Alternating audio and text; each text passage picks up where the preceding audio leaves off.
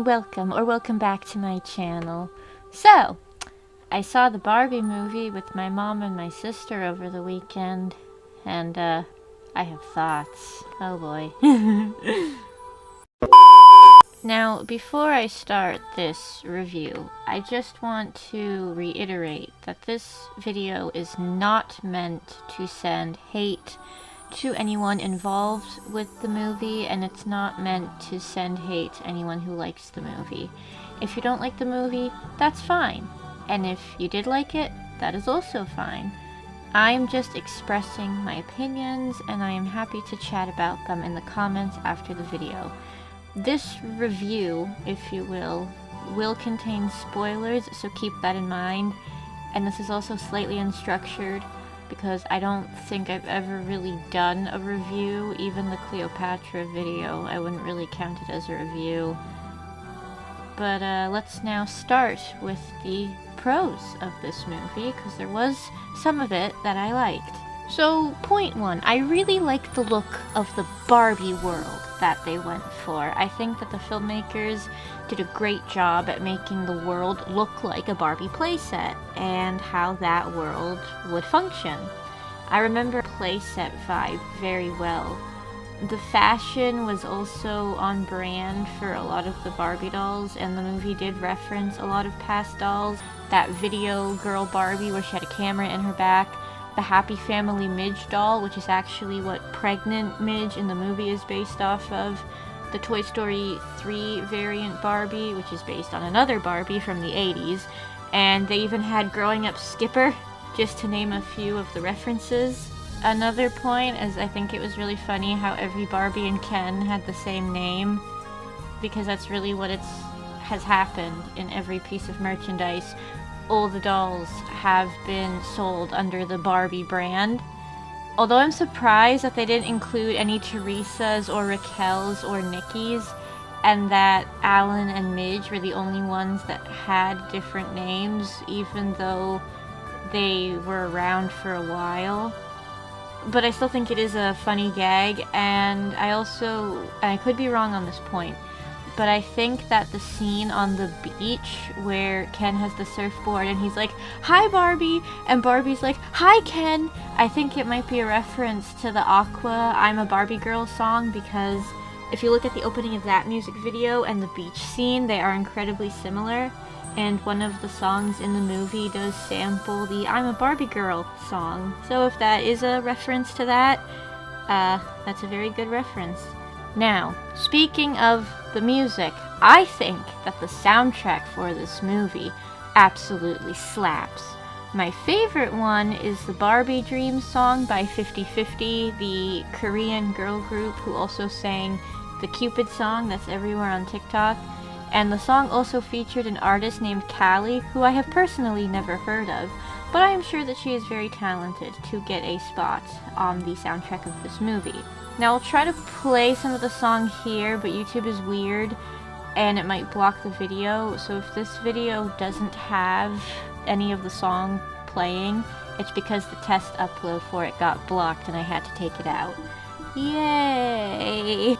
Now for the cons, which might be, oh so slightly, controversial. I don't like how every single male character in this movie is either a moron, a creep, or a bigot. I don't like it when movies tear down one gender to bring up the other. I think it's a misfire way to do equality or empowerment. Men and women are equal, and it's not fair to anybody to treat the other gender as stupid or evil for something that they can't control. And this might be another unpopular opinion, but I also thought that the speech that the Sasha girl gave was unnecessary. Barbie is a doll. She's an outlet for a child to express their imagination, like a stuffed animal or even a toy car would. Barbie showed girls that they could do whatever they wanted as long as they put their mind to it.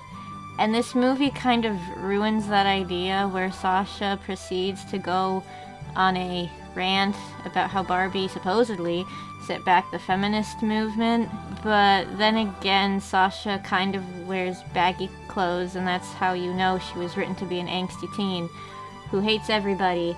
Like I mentioned earlier, the idea of Barbie coming to the real world to help a child is an interesting idea, but I don't think the movie handled it well at all. They add this patriarchy plot, which I admit feels incredibly forced.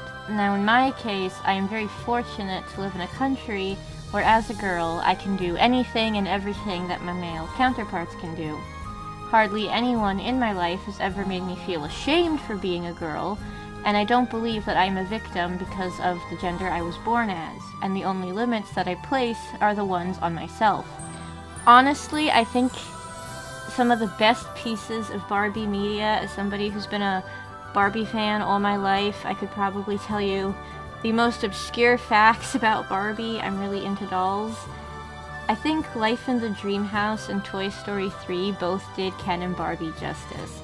In Life in the Dream House, which is this parody of reality TV, Ken is supportive of Barbie, but he's also interested in making gadgets and isn't just Barbie's boyfriend.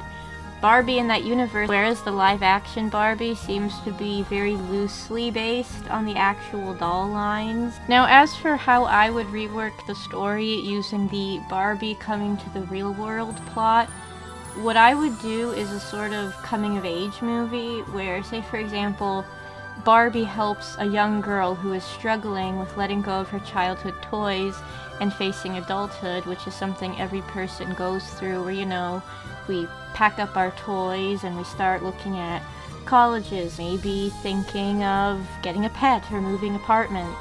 Barbie could tell the girl that she doesn't have to give up on her dreams just because she's an adult, and that she can be anything like Barbie was when they would play together years and years ago. In this version, Ken could also learn from the support Barbie gives the girl, and that he can be more than just Barbie's boyfriend, without the patriarchy plot that the original movie had. And Ken can also learn in this rewrite that he can also be anything that he sets his mind to. Overall, I give this movie a 6 out of 10. It wasn't groundbreaking for me, and a lot of the plot elements, like I mentioned earlier, felt forced and didn't quite flow. One thing that I forgot to mention earlier that I liked about the movie was the scene where Barbie is with her creator, Ruth Handler. And I thought that that scene was sweet, and the little video where it showed all the various women with their families, and Ruth explains why she created Barbie and how being a mother is about making sacrifices for your child, and how Ruth had high hopes for her daughter Barbara and the Barbie doll. And it just felt very human, and it was a sweet scene. Granted, I am probably overthinking a movie based on a fashion doll that's been around for, 70 years? But I'm just some random girl on the internet who makes videos. Yeah. A Barbie movies rather, that I would recommend if you're interested in the franchise would be Barbie, the Princess and the Pauper, 12 Dancing Princesses, and The Island Princess. They're fun movies, and they have nice messages of friendship, family, responsibility, and some of the songs, like the main one from Princess and the Pauper, I believe Princess and the Pauper has Martin Short, and Barbie and the Nutcracker has Tim Curry in it. Again, I want to make it clear, if you enjoyed the Barbie movie, that is perfectly fine, and there is nothing wrong with that. Movies and comedies are subjective. What is enjoyable to one person may be disliked by another. But on this channel, I am open to discussion as to why someone may or may dislike a topic. But in the comments, do not attack the person if they disagree with you. I do not condone bullying of any kind here, and any bullying comments will be immediately deleted. Now, if you excuse me, this Barbie has to go eat ice cream and deal with life and stop recording. I'll see you all soon. Love ya. Thank you so much for watching. If you enjoyed the video, please give it a like, leave a comment, and subscribe to Sweet Histortea, a channel full of random facts and lots of sparkles. If you would like to support my channel, please consider becoming a patron or joining my channel membership program. If you would like to leave a one-time donation, please consider sending me a super thanks. If you would like to see more of my personal life, please follow me on Instagram. Thank you again for watching. Until next time.